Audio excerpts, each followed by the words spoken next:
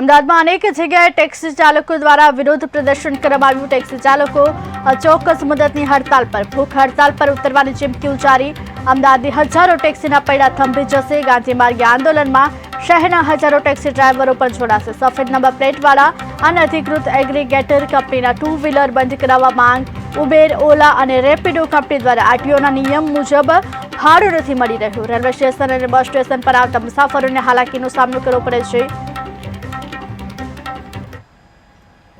છે કે જે સરકારે કિંમત નક્કી કરી છે એ રીતના અમને બી મળે।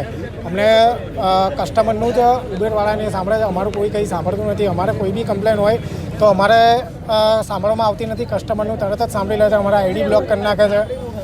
એક વખત ઇન્સ્યોરન્સ ના ભર્યો હોય તો ગાડી બંધ, પીયુસી ના ભર્યો તો બંધ। અમે બધી રીતના ટોટલ ઓકે રાખીએ છીએ, તે છતાં બી આ બધા પ્રોબ્લેમ અમને થાય છે। તો એ રીતના અમને ભાવ પણ આપવી જોઈએ। જે અમારી જોડે 8-9 રૂપિયા કિલોમીટર ભાવ લે છે અને કસ્ટમર જોડેથી 17 થી 18 રૂપિયા ભાવ લેવામાં આવે છે। ઉબરમાં રિક્ષા અને કાર વચ્ચે શું તફાવત છે રેટમાં? રેટમાં ઘણો બધો તફાવત છે। અમને અમારી ગાડી અહીંથી રિક્ષાનો ભાવ વધારે છે, અમારી ગાડીવાળાનો ભાવ ઓછો છે। 20 રૂપિયા કિલોમીટર ચાલે છે અને અમે લોકો 9-10 રૂપિયા કિલોમીટર વિથ એસીમાં ચાલીએ છીએ। અને ઉબેરની અમે અત્યાર સુધીમાં જ્યારથી અમે ચલાવીએ છીએ ત્યારથી 39 રૂપિયા રોજનું એ લોકોનું કમિશન લે છે, પ્લેટફોર્મ ફી લે છે।